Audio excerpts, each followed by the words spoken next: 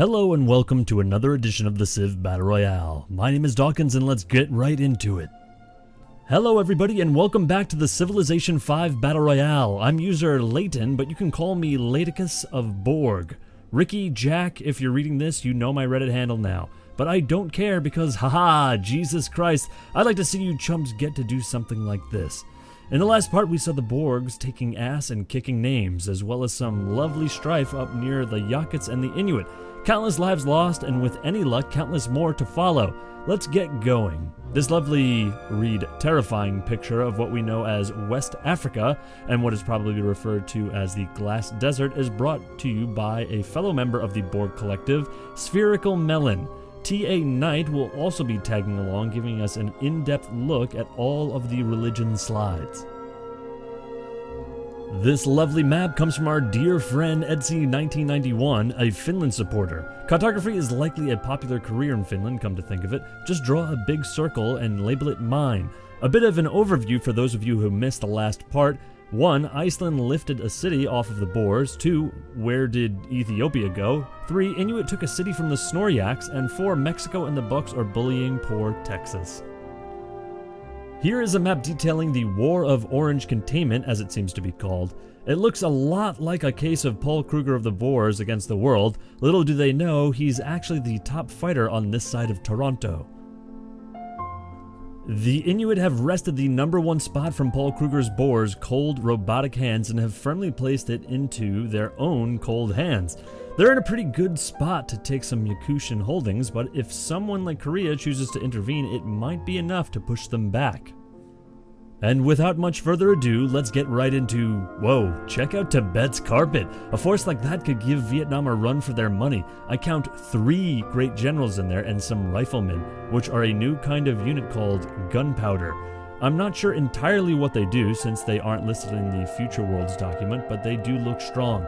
In all seriousness though, it looks like Vietnam is gearing up for an attack against Sri Lanka. Vietnam would make a good addition to Trung Clay, and although there aren't that many great future world tile improvements inside of Sri Lanka, Vietnam does have a significant amount of workers to fix that. Lovely.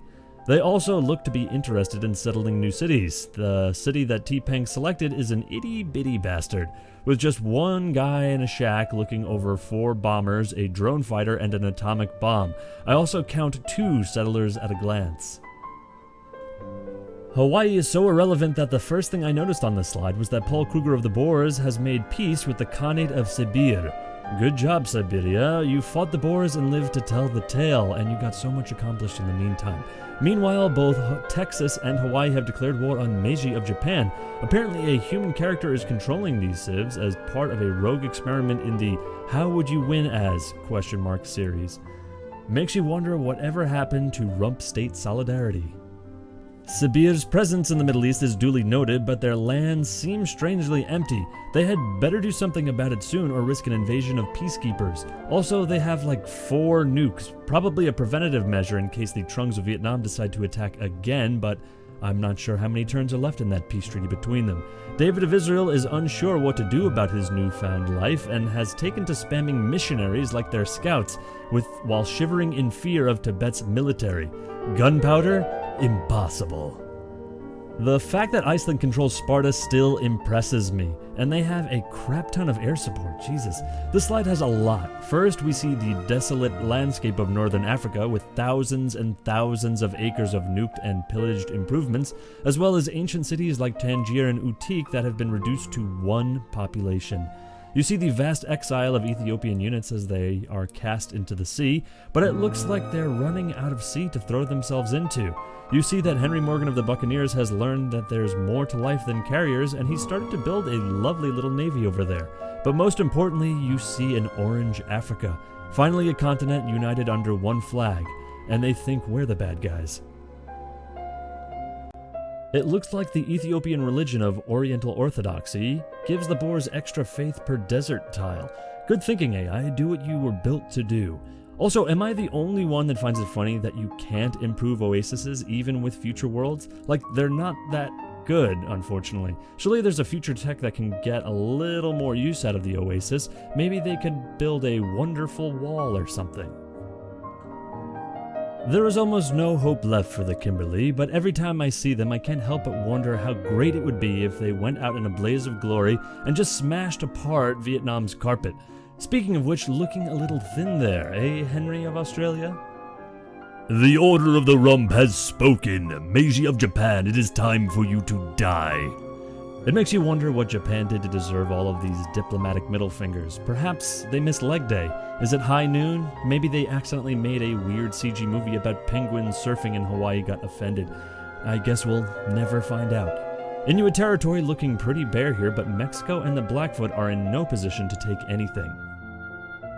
RP warning ahead if that's not your bag, but going forward, Osei of the Ashanti will be played by some kind of Russian stereotype voice, I guess, and Paul Kruger of the Boers will be played by a sultry Latin gentleman. So, here you go. Osei of the Ashanti looks Paul Kruger of the Boers in the eyes, his own glittering with tears as salty and beautiful as the ocean before him. My old friend, he sniffles. It is hard to believe that after so long our journey is at an end. Paul gently brushes away Osei's hair, gazing into his eyes. In all likelihood, we will never meet again. Are you sure you want to go? There are countless others almost as strong and powerful as I, that wish to see you destroyed and ground into the dust like a rat. Osei turns his head away, gazing at his troops and at the beach that stood before them. The ancient wooden boats with magnificent masts that seemed to scrape the sky and part the clouds above them. I know. But it is for good of the Ashanti people, the good of my men, that we set out and explore this cylinder of ours. Perhaps if we travel far enough, we will meet the great observer, whomever and wherever he or she is. Paul nods, swallowing as he nods to his old friend. The Ashanti pikemen, the warriors of a time long forgotten, begin to make their way onto the ships. He feels a strange lump in his throat, and he senses that it will be a while until it passes. Osei turns and boards the ship with his men, waving to Paul as his ships begin to depart. Paul, along with 1,000 other Boer citizens, watches the Ashanti pikemen embark into the open water on the horizon. As he watches them sail away with his robot special eyes, he can't help but wonder if they know how to cross ocean territory yet. Henry Parks of Australia once again refuses to upgrade old and hopelessly outdated units. Come on, Australia, that thing is an antique by now. They can't possibly be viable. It made sense with the diggers since those are upgraded workers. This, though, is ridiculous. In contrast to the heavily carpeted Brazilian Chile and Brazilian Brazil, Buccaneer land holdings are all but barren. There have no improvements on them as well. It's all just devoid of units and tile improvements. Come on, Pedro of Brazil, make a move. The Inuit reflip the former Yakutian city of Ruskoye Utsie, and they also get Isit. They had flipped this prior, but I was too busy writing homoerotic alternate historic fanfiction to comment on it. TPang told me to stick to 100 words or less, so I had to stop. The Ice Sheet fleet looks to be taking full advantage of its new opening into the rest of the ocean, but there's still a considerable force trapped up in the ice. Speaking of which, the Yakutian force on the last slide also looks pretty sick, doesn't it? That's definitely a force to be reckoned with. Blackfoot are still hopelessly outclassed by the Inuit. Poor sods, looks like they have some semblance of open borders though, which is a good thing because they're Buffalo Bros. The Buccaneers fell a city containing a Boer giant death robot. How this crack team of Marines did it is up for debate, but we here at Battle Royale Limited have already secured the movie rights, so don't even try. But we would like to see some OC fan art or whatever you guys want to do. It looks like the Boers are having a bit of a problem capturing coastal cities. This is completely understandable given that they have no naval presence up there. This might take a while, but I have faith. We are Borg. You will be assimilated. Resistance is futile. Your life is, and has always been, over, I guess. From this time forward, you will service us. The Kimberley have declared war on Japan, it looks like. They're sending in some missile cruisers to deal with them. They might actually have an effect, unlike everyone else. It also increases the chances of the Kimberley getting totally screwed over as well. Big Brother Korea will not be pleased if Japan gets nuked, that's for sure. It's a bit of a gamble, but one I'm willing to watch other people take. Good luck, guys. Paul Kruger of the Boers, in a fit of rage after losing his favorite guest, plans to trap the Knights of the Mound Table within his borders. All of that future tech, but nothing can heal the hole in his heart. Paul Kruger of the Boers decides to employ an ancient strategy and throws his massive carpet of workers at the enemies, instructing them to block the energy swords with their bodies. What he doesn't know is that this is actually a defensive technique. The only other time this was used offensively, it was regarded as incredibly ineffective. Don't worry, I'm sure they'll be fine. The workers get to work attempting to fix the charred landscapes with hundreds of rolls of duct tape. Ethiopia has officially been exiled from the east side of Africa. The Borg will most likely hold those cities, and it looks possible for them to take the entire rest of Ethiopia as well. What can I say? You mess with the bull, you get the horns. I'm going to say that's spelled H-O-E-R-N-S for the audio listeners that are not reading along. It's a joke, I suppose. No, that joke sucked. Sorry. See, even the narrator apologized. Meanwhile, the Ashanti pikeman sails up the coast in search for someone to trade them the secrets of deep-sea sailing. Unfortunately, it appears they forgot that they are not in Civilization 4. Meanwhile, Paul Kruger of the Boers realizes that he forgot to give Osetutu of the Ashanti a map. Poor guy. Ethiopian deserters seeking soils of refuge from the war against the Borg hivemind hide out in Finnish territory while the Siberians appear to gear up for war with 4 nukes and 2 bombers in Kane. Kekkonen of Finland, however, does not in the slightest appear ready for a war. Fortunately for him, the proximity of the Ethiopian troops and the Tibetan city make the usage of a nuke unlikely, as the AI knows that this will mean accidentally declaring war on 2 other countries. You lucked out, Finland. The Burmese great musician sneezes and feels like he's being watched. He then shrugs and goes to meet up with the Hawaiian great engineer to discuss their plans for a concert together. I'm going to read this word for word. Ethiopia has a pretty decent carpet going on there in that one city that belongs to not them. Okay? Other than that, their core is pretty empty, and they run the risk of losing desert folklore since David of Jerusalem keeps spamming missionaries. I give them a D- performance so far. Personally, user Bretter. Any thoughts? The Boers close in on Kumasi, one step closer to an orange Africa. Borkstavas or Borkus of Sweden looks to be gearing up for a fight against Iceland with a nice-looking carpet of missile cruisers and carriers with nothing on them. One of these days they'll learn. Also, can we take a moment to appreciate how neat that territory line is? So straight, so nice, no border gore. Here's a fun fact. Did you know that at every diplomatic meeting that Taigendar Khan of Yakusha attends, at least 20% of the attendees present fall asleep?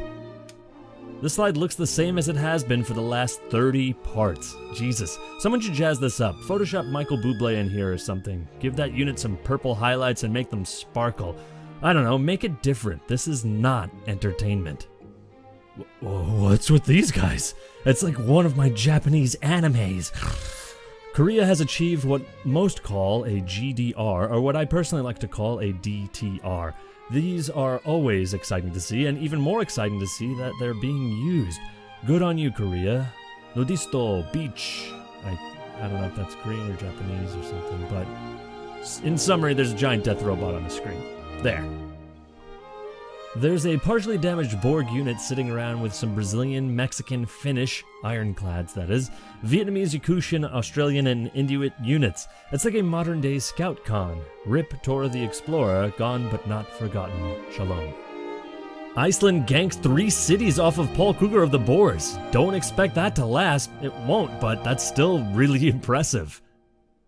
A shot of the Siberian core and some all but empty parts of Finland, as well as evidence of a city lost to time. The Knights of the Mound Table inform the Chinese scout that Scout Khan is on. The Chinese scout packs up his things and gleefully makes his way northeast. The Borg march their GDRs and paratroopers and missionaries, I guess, into the Icelandic cities. Resistance is futile. Borg tanks and biotroopers set foot in the Arabian Peninsula, taking Medina. The Ethiopians struggle to maneuver, attempting to push, but the obnoxious amounts of Hawaiians and foreign troops within their borders are blocking the goddamn way. Meanwhile, Israel learns how to create gunpowder and produces an immensely strong musketmen. They truly are the last bastion of hope against the great Tibetan carpet.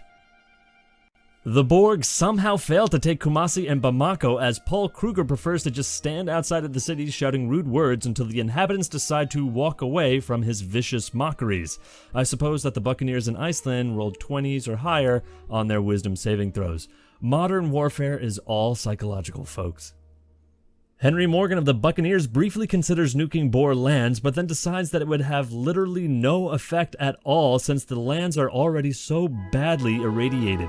The Boers take back Carthago Nova, but fail to take Gades and Olympia.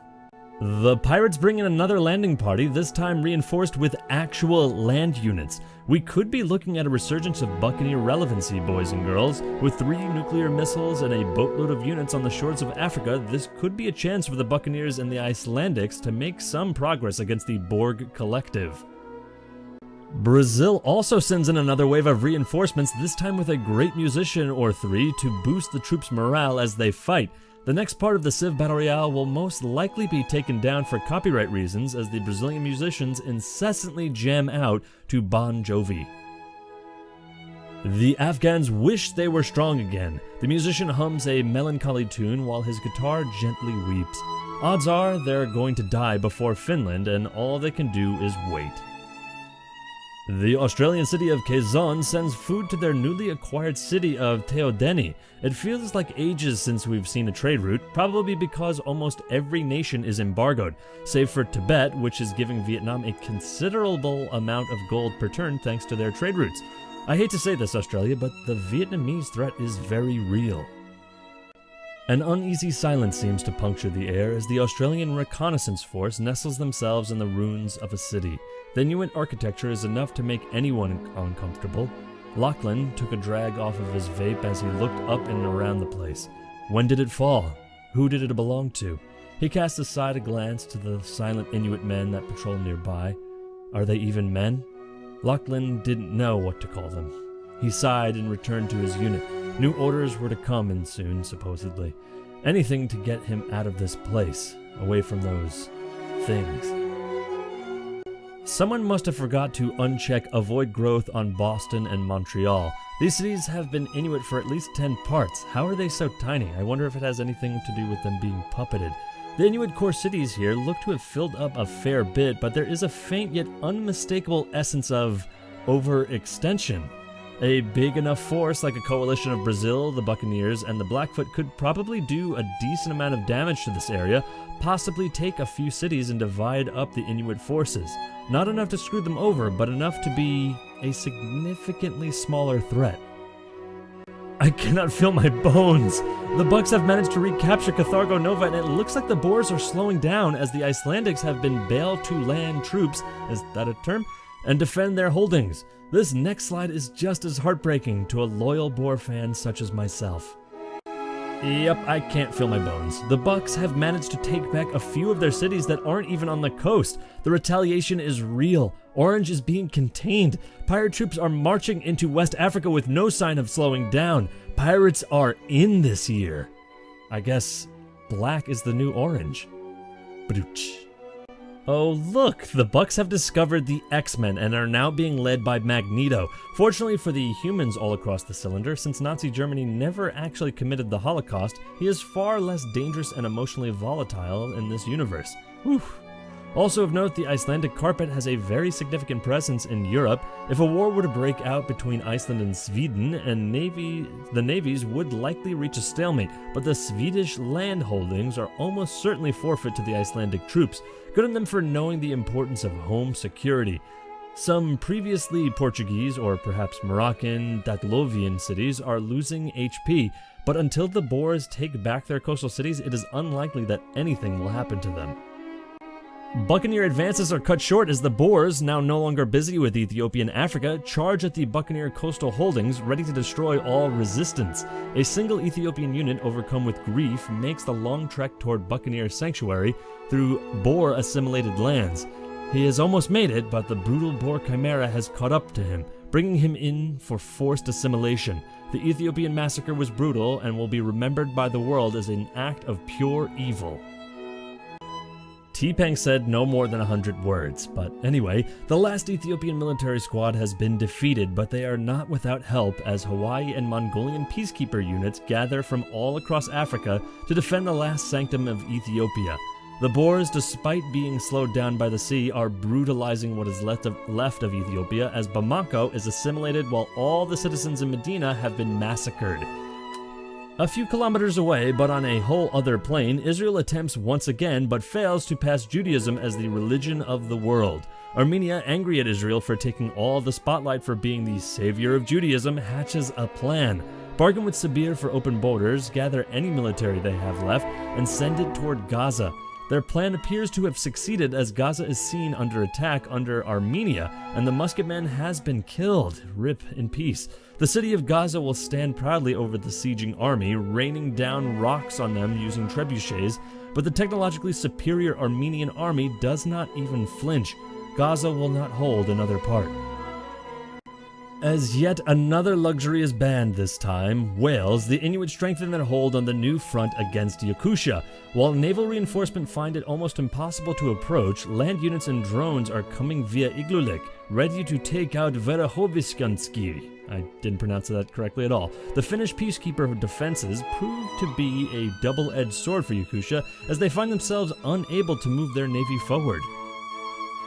Seems like a spell was broken as the Inuit landed on Yakutia as both Mongolia and Sibir are making advances, as Sibir takes back Beriozovo while Mongolia surrounds Konu. While far from the activity of other wars in the world, we may see a new Northeast Asia at this rate. Sabir is somewhat successful in wearing down Afghanistan as a Siberian tank approaches Kabul, ready to capture it. This moment gives me a bit of deja vu though to the beginning of this war where once Sibir cut their way to Kabul, Vietnam entered the war throwing their plans into a disarray. Let's hope it doesn't happen again for them, for Sibir's sake at least. Sibir holds a few atomic bombs at Carrollton, but it's unknown if they are meant for Afghanistan or for Sparta. Since Sibir has pieced out with the Boers, realizing what a mistake it was, they are now free to move an army into Divin, getting their very own hold on Africa. Iceland is getting used to their new front, but it seems they are learning well from the Buccaneers as they flip Carthage and try to reinforce Olympia from the Boer army. Iceland has played a risk in this war as the city of Sparta is very close to the Boer borders and is very hard to reinforce. However, Iceland has secured open borders with Finland, which should at least allow some unit transport. Like Brazil, Iceland is doing what they can to slow down the Boer menace. Vietnam is very eager to fight their new enemy, bringing an air force to Baghdad. A Vietnamese PAI unit makes their way to Basra, wanting to see what their new enemy looks like. Needless to say, this will be painful. On the nuke map, we can see several nukes landing on Cairo, Baalbek, Awassa, and Basra, as well as what appears to be the first Boer nuke landing on Damascus. It seems that the Boers are getting tired of using brute force only and are copying their enemies in nuke usage. Also notable is the city of Klexdorp, nuked by Ethiopia at the end of last part, is already fallout free.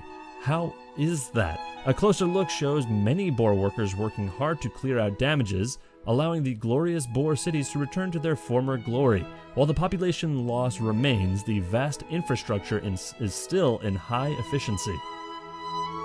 West Africa is a whole other story, as the Buccaneers have made a heap of destruction from their formerly held cities, punishing the Boers for every inch. The Buccaneers have been very valiant in their efforts to hold down cities on Africa, though they now face new challenges as the Boer Air Force, notable for keeping half the Ethiopian cities in the black and stopping the Ethiopian advances at its very beginning, is now focusing on the Buccaneers themselves. Can the Buccaneers still hold?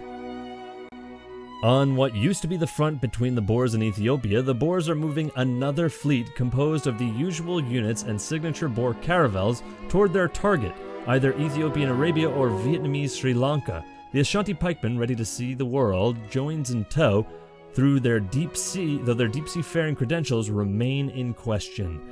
The Boers, despite facing a force far stronger and larger than they expected, have successfully held down Africa tightly. Now with Africa completely theirs, the Boers now need to prove their worth in new continents. Maybe not at this very moment as the entire world bears war on them, but certainly soon as the Boers will emerge from this war far stronger than before. The Reich calls for the world to be assimilated. Resistance is futile. We get it. It's a Star Trek reference. Come on. But it's funny. Finland is still recovering ever since the Siberian War, but an army is forming and an infrastructure is rebuilding. Finland has to get used to their new state in the world, now bordering the Buccaneers, Iceland, and even a border with the Boers. What will the future hold? With Ethiopia out of the war, the Buccaneers stream deeper into the Mediterranean in effort to contain the Boers. New Buccaneer mutants make their way to Africa ready to defend their homeland. They aren't truly a match for Boer chimeras, sadly. And now into the religion slides. It's been a long time since we've had these, so I'll take the time to describe what they do.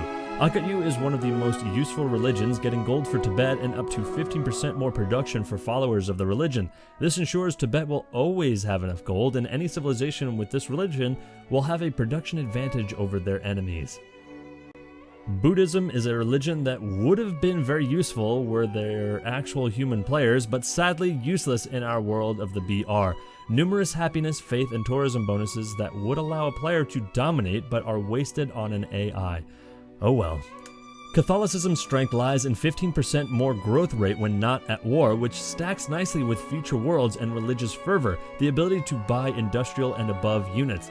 This will be very useful for lower production civilizations to reinforce themselves, possibly why Mexico has held on for so long, but it leaves me questioning why the Blackfoot, who have like a Scrooge McDuck vault of religion in their coffers, that they haven't bought any goddamn units.